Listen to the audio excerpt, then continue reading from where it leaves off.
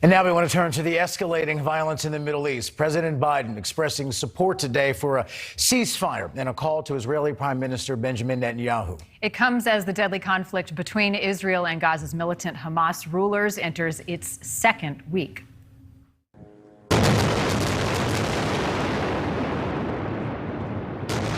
And a strike hitting the same neighborhood where a series of raids killed 42 Palestinians yesterday. The Israeli military says it targeted the homes of 9 Hamas commanders in response to the latest barrage of missiles fired from Gaza.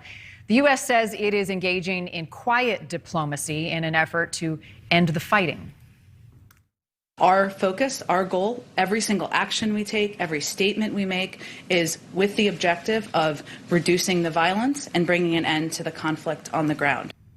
The United Nations is calling for an immediate ceasefire. Israel, however, says its strikes will continue until missiles are no longer being fired from Gaza, which Netanyahu says will take some time.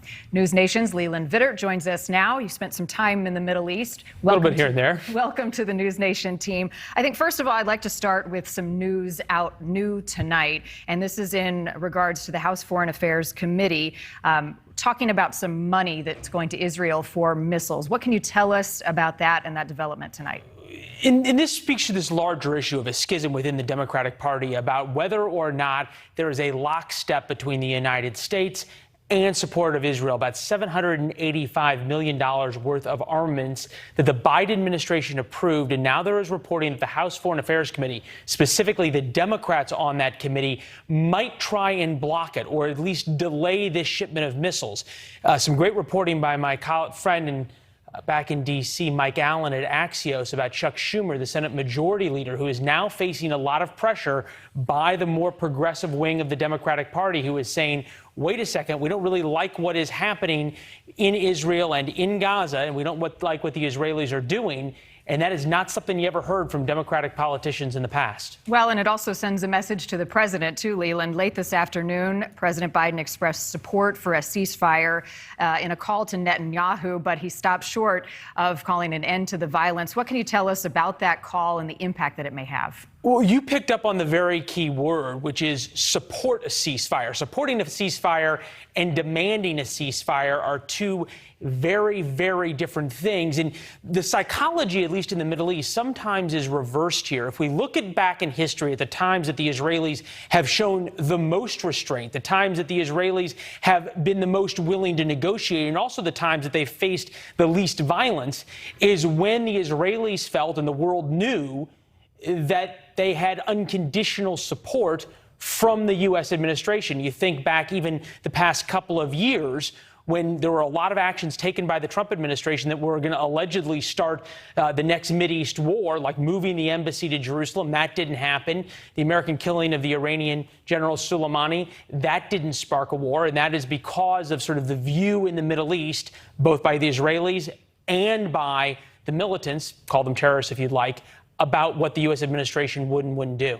And this has been going on 7 decades, so more than most of our lifetimes. Yep. Why are we seeing the violence intensify right now, especially over the last week? Well, all politics are local, and if you think about it, Hamas right now inside of the Gaza Strip has been administering what is often called an open-air prison, and by all accounts, it's a living hell to be there. The time I spent there was not really all that pleasant.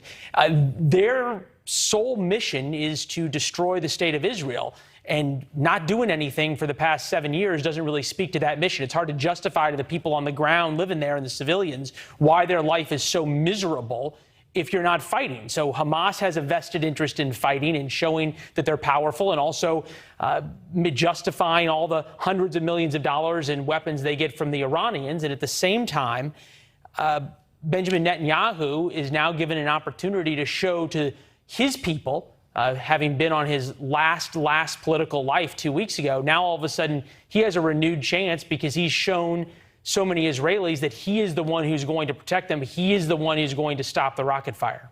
And we've certainly seen a shift in public opinion over all this as well in recent days. Inside of Israel, for sure.